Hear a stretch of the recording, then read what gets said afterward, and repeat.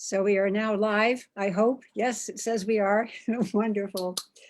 Good afternoon, everybody. For some of you, maybe morning, some of you, maybe evening, but here on the West Coast, it's afternoon, and we welcome you to Jivamaya Yoga Wisdom Talks. We have a very special guest this afternoon, Acharya Shunya, and I greet you and welcome you, and thank you so much for spending this time with us. This is just so beautiful. Acharya Shunya was raised in India, and at a rather early age, she was recognized as a very possible future spiritual leader, and so was beginning to get groomed for this mission or this purpose. And then at the age of 24, I believe it was that she told me, was really announced in a sense as a future leader, and is one of the few, you're the only, right, female of this lineage to hold this lineage, which is really quite remarkable. I think probably growing up in this way, with this recognition at such an early age is very foreign to most of us. Would you be able to share some of your growing up with us? Thank you. And thank you for having me for this beautiful talk on this beautiful afternoon. My life was like any other kid, and I didn't realize in the beginning that our family is special in many ways because we are carrying the mantle of disseminating Vedic wisdom, and our ancestors have been doing it for several centuries. And some of them are mythical, some of them are very real. They've also written important scriptures and text and contributed to the ongoing legacy of disseminating the wisdom of yoga philosophy, Ayurveda, non-dual wisdom, Vedanta from Upanishads and Bhagavad Gita. And that I might be reckoned to be one of them. I did not know, but for me, a teacher, a grandfather who was famous, who gave spiritual talks, was something that was, like, did all kids do that? But then by 9, my Baba, my grandfather, saw to it that I was also studying, learning the basics. And then as I continued to study with him, it didn't come as a surprise that he chose me, a female, as a leader, because it was as early as in 1935, way before I was born, that my lineage had already opened its very progressive doors to the female child. There was also a welcoming of people of so-called lower caste. And there was even the recognition of the first, probably, recognition of a spiritual adhikari or worthy of being enlightened in a non-heterosexual body. So I come from a very fierce legacy of progressive minded people, so much so that as a woman, I've been an oddity at times in a more patriarchal culture that India became when it became disconnected from its more progressive Vedic roots. So I grew to be that, and I was trained to be deeply self-respecting. And um, people ask me that, how was that? Actually, within my family, imagine growing up in a family where you are seen as a boundless being, and your body and your gender are very secondary. But it was more shocking to be, though, questioned by other families, other lineages. Till today, I often sometimes get a questioning email. How come you're a woman and you teach the Vedas? And I want to remind them that the women wrote the Vedas. They were not just written by rishis, but rishikas too. Right. But that's fine. So that was something. But then as a kid, I was precocious. I loved climbing trees. I was often with clothes stained with mango juice because we had a mango grove that we would run after in the afternoon. And then you come back and study a scripture or listen to Baba's satsang or a meditation. I'd be awfully aware of my mango stained frock or dress. But gradually, it was very kind. Gradually, I've gone through all the phases of life, confusions, doubts, darkness. That's why I lead a podcast called Dark, From Shadow to Self. But somewhere, Baba and I had life altering conversations. And he would be speaking to a 9 or 12-year-old or an 8-year-old, but he always knew that I will remember them. So he never tried to baby talk me. He would have profound, simplified for my brain, but very deep conversations. And that became the basis of my current book, Ayurveda Lifestyle Wisdom, and my forthcoming books, Sovereign Self and Roar Like a Goddess and others. That's amazing. That's so beautiful. I was actually first introduced to Shunya, I believe, at Nama when I heard her speak. But then I came across this book called Ayurveda Lifestyle Wisdom, which you can see is very used. And it is the book that I use for the Phoenix Rising Yoga Therapy Ayurveda training. And I was sharing with Shunya before we came on that for the 3 years, this is the third year, I believe now, that we've used it. And every single time, without fail, at the first webinar, everyone just says, oh my goodness, I have fallen in love with this woman. She's amazing. So I would like to ask you about this book. You come from such a beautiful, beautiful spiritual platform when you're describing Ayurveda. And I've always gone back to Dr. Loud, who says continuously, take the life, that the science of Ayurveda is a living science. It's a spiritual science. If you take the spiritual out, then you have a dead science. And when I found this book, I was beyond happy. Can you address a little bit about this book, about your obviously your felt sense that it was very needed to bring a book about Ayurveda, but really write it from the spiritual aspect? Yes, thank you for asking that very poignant question. And I always look towards Dr. Lard for confirming what I also believe in. He's definitely there with me in supporting this movement. And I would grow up with my grandfather, and he was in love with poetry of Charak Samhita, one of the source texts of Ayurveda. And sometimes in the morning, I would hear songs like, um, Sharira Indriya Sattvatma Samayogo Dhari Jivitam Nityagascha Paryayarayuruchyate. And I would just stop and listen. So he says how the Sharira, the body, the Indriyas, the Sattva, the Atma, they're all connected, and this is the flow of life. And then he would start talking about Saraswati being the river and the flow of life. And you will stop flowing if you don't carry every drop of your inner river with you. And don't be ashamed of any part of your river. He would, like, he'd go from Ayurveda, Nityagascha Anubandhascha Paryayarayurvachate, into Saraswati. And so I had all these conversations. So I knew this, that when I met sick people, they were leaving cupfuls of them behind in shame or distress because society had told them they're not good enough, especially with women or people with other sexual orientation or a different color. Like anybody who was outside the ideal scenario was not that river Saraswati flowing with all parts of herself. And then Baba said, and when you stop flowing, you get split up and your body doesn't talk to your mind not to your senses. So your senses eat what they want to do, your mind cries, and your soul suffers. So I had all these imagery. And then guess what? Abaya, Abby, it happened to me.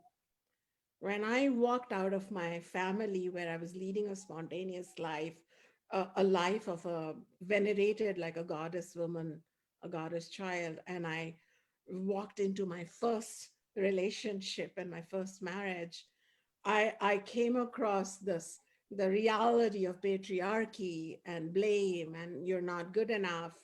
And I absorbed all that and I became sick. And then I had to bring into my remembrance the Ayurveda of the spirit. Actually, what helped me first and foremost was the remembrance that I'm a beautiful, boundless being. Mhm. And once I remembered that, everything was easy because I had to become that Nitya, that Avinashi, that unbroken person, and nobody could break me no more. Once I realized that it's nobody's fault, there are no bad people. People just have their attitudes and their beliefs, and we are hurting each other with swords. So Right. I had to walk out of a suffocating relationship with a lot of pride, and that was not something that happened in my family. People like my family, either they don't marry or they marry forever. You know, I didn't have any role models of people who did this for God, who did this for the goddess in them. So I had to be that person. And then I remembered why Baba told me to be a river and not leave even a drop of myself behind in meeting the ocean. He said, take your dirt and take your sediments and take your pebbles and go all. And once you're in the ocean, you'll be restful. And I started using Ayurveda because I'd become physically sick. I was, you know, so many pounds heavier. And I don't have a problem with the heaviness if it's a healthy kapha. Right. But if it's not, and it's giving you asthma and bronchitis and sickness and depression, doesn't work. So I healed myself. And morning and night, I remembered and I was grateful that Ayurveda provides me that mirror. So then I started teaching this way because I found all these broken people who come to me. I, am I the only healer attracting broken people? No, every healer attracts the people because they've healed themselves, so now they can heal. So I've healed the sickest of person. People who thought they were dying stop dying. People who are cutting their wrists stop cutting their wrists because they realize they were profoundly divine being inside them. And Ayurveda gives it the term that deep inside your Atma, the boundless one, Apanoti Sarvamiti Atma, you are boundless. So once people stop being in bondage, they could be boundless and reinvent themselves. That's why I don't think I did anything extra to write the book. In fact, that book is a mirror of how I have been teaching, living myself and others. And then, of course, I also realize, as I've written in the intro, etc., afterwards in the preface of this book, that there is a need for it.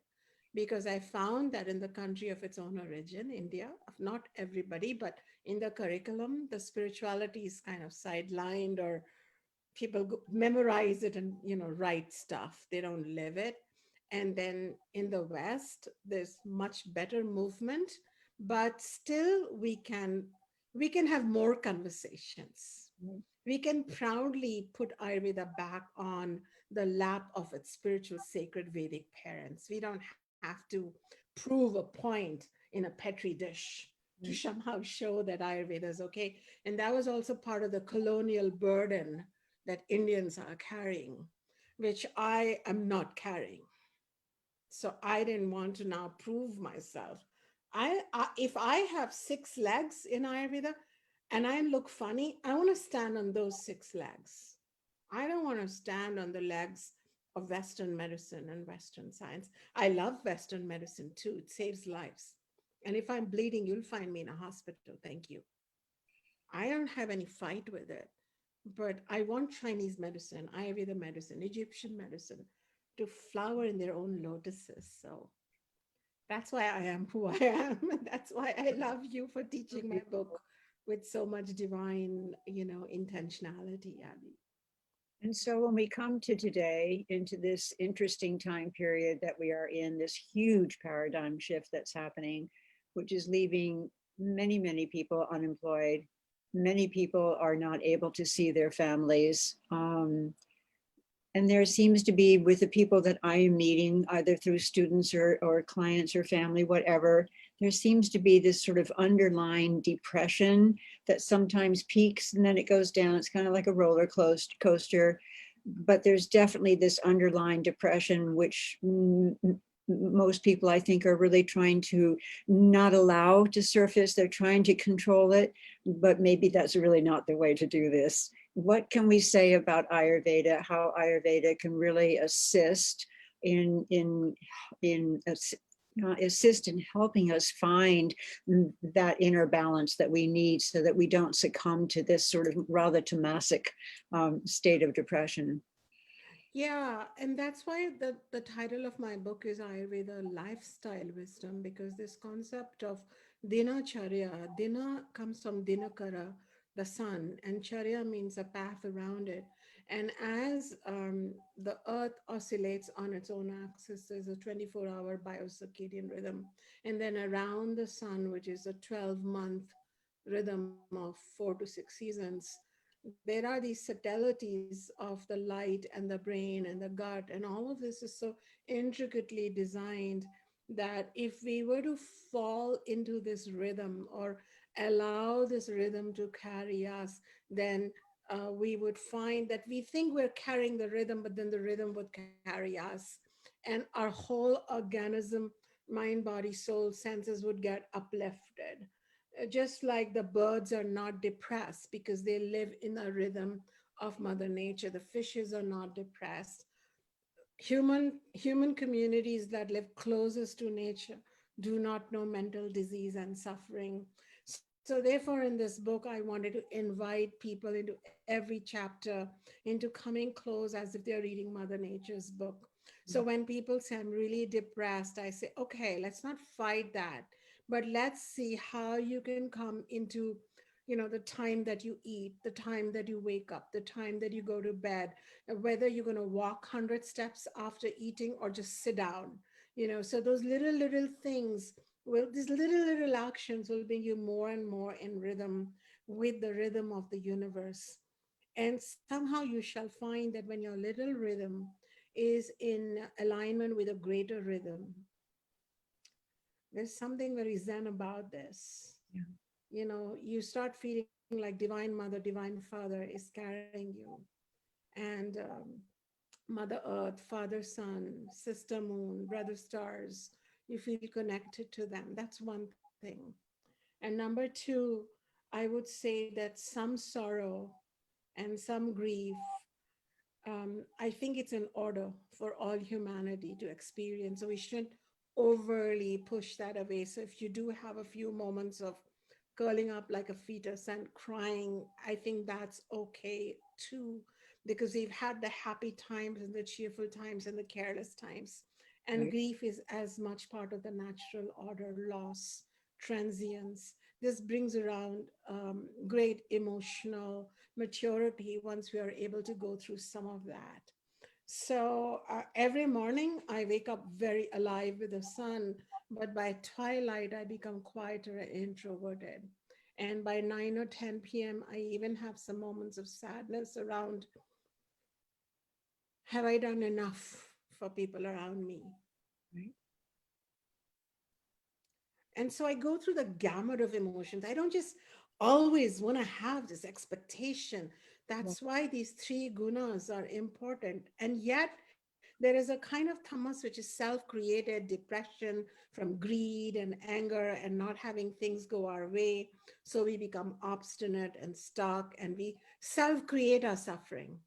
And for that, I really hope to invite people to my non dual teachings, which is coming up in the book called Sovereign Self, where we have to look at our subjective mind and how we've created our own puddles of depression and anxiety, and we have to let go and accept what is. There is a gem hidden right here.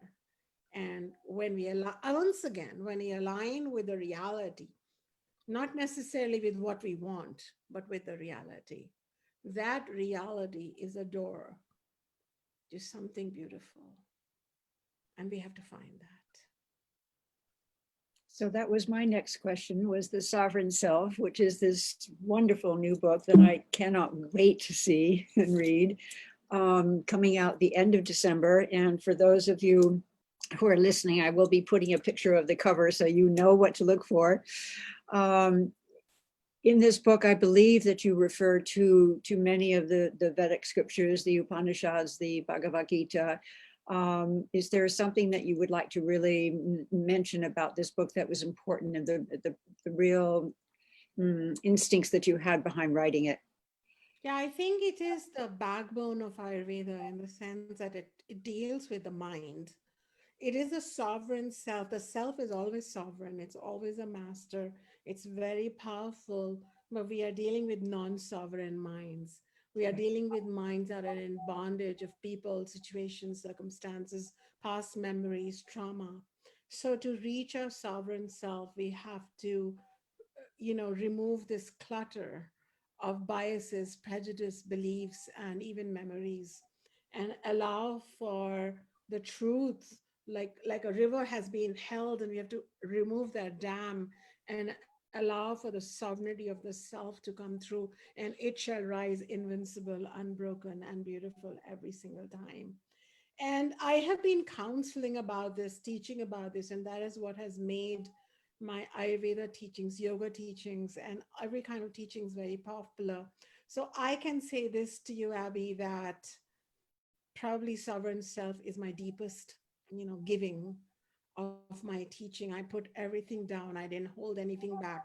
So students of Ayurveda will find ancient Vedic teachings either from the Vedas themselves or Bhagavad Gita or my lineage or my soul as I developed it, such as I have taught a five step change your thought template from shame and sorrow and self pity. How we're stuck in self pity. Then we get into blame, and then we vacillate between them. So it's somebody else's fault or my fault. And how do we move from there to reality checking thoughts? How do we move from there to dharma of valuing thoughts, and ultimately to sovereign thoughts? Similarly, I've taught witnessing in a day-to-day moment.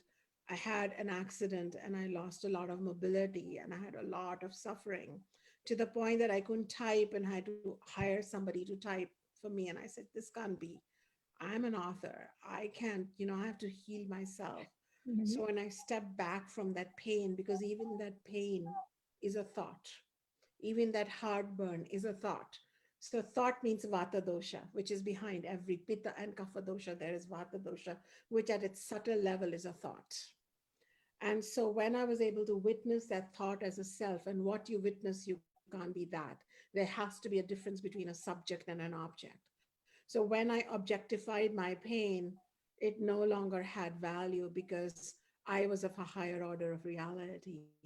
And so I am going into a whole new level of working with the body via a more illumined mind to touch your sovereign self. These are the deepest possible teachings that the rishis have been giving, that I have been spent I don't know how many countless hours reading, studying, memorizing, chanting, teaching, but I've condensed them to 125,000 words, 300 something words, Amazing. but book pages. And I'm happy to say that is available on pre-order. So you can pre-order so that the first published books can come to you right away Oh, good. on Amazon. And once again, like with Ayurveda Lifestyle Wisdom, I wrote it because I felt people are suffering and they need this. Yeah. And then it's like my hands don't stop, and I have to write about the sovereign self because there was something deeply sovereign in me. And where does that come from? And it's not unique to me. I'm not saying I'm the kind of goddess that is to be put on a pedestal. I just have found the key to the inner goddess or God that all of us one must have. The yogis wanted us to have it. I did my own humble putting it down on paper, and it gives me the goosebumps even to read it. Yeah, I can't believe I wrote it actually. And then there is another book that's going to be following that in Oh 2021. Yeah. my God, it's called Roar Like a Goddess.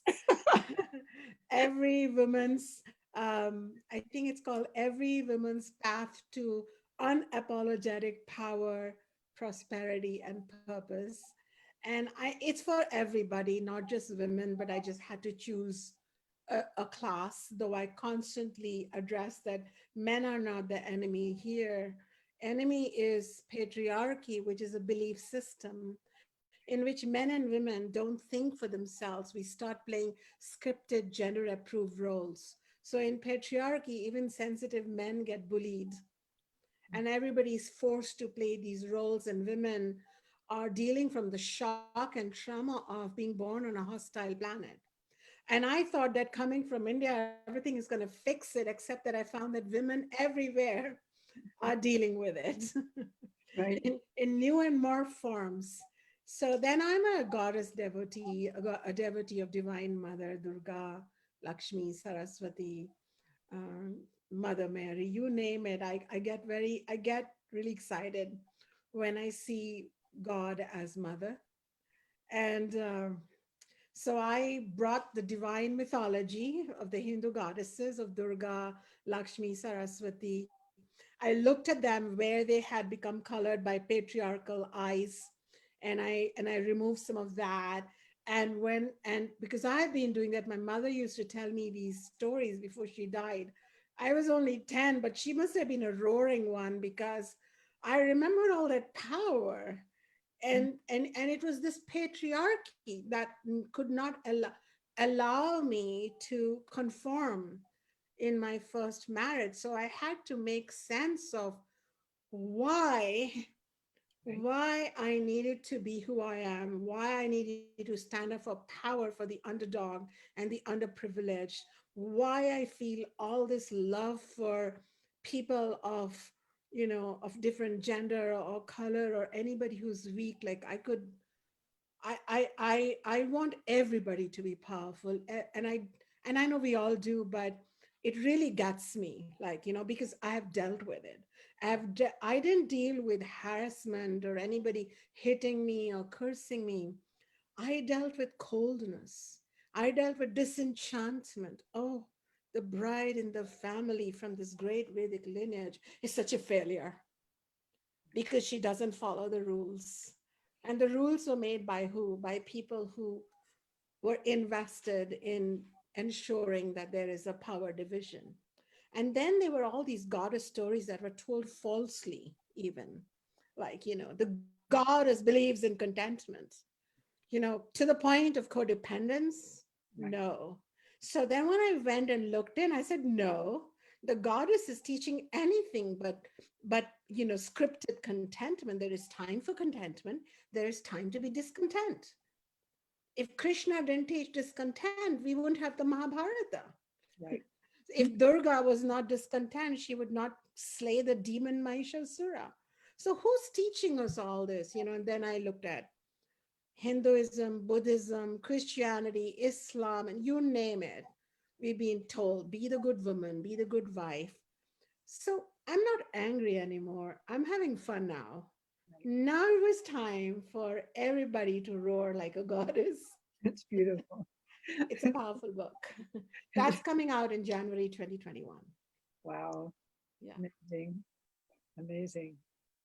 Um, 2022, sorry about that. 2022. 2021, we'll be promoting Sovereign Self because it comes out on December 29th. But then following year comes this one. Yeah. Just gorgeous. Thank you. We're almost at the half hour. Is there anything that you would like to say as we wrap up this really beautiful conversation? Any words of wisdom that you would like to share that just come popping into your mind right now? No, just a grand big blessing for everybody, all of us. Loka samasta sukhino bhavantu. May the science of Ayurveda keep leading the way. May it continue to bless all of us along with the sister sciences of yoga and Advaita Vedanta non-dual wisdom. I first of all think I'm a student. So may students like me become teachers like me, but remain students like me because we are always learning from great teachers and great yogis and rishis. And may our life go by simply learning, enjoying, drinking hot water, following the seasons, and even looking at our depression and sorrow with eyes of spiritual scientific curiosity. and know that we can do something about it.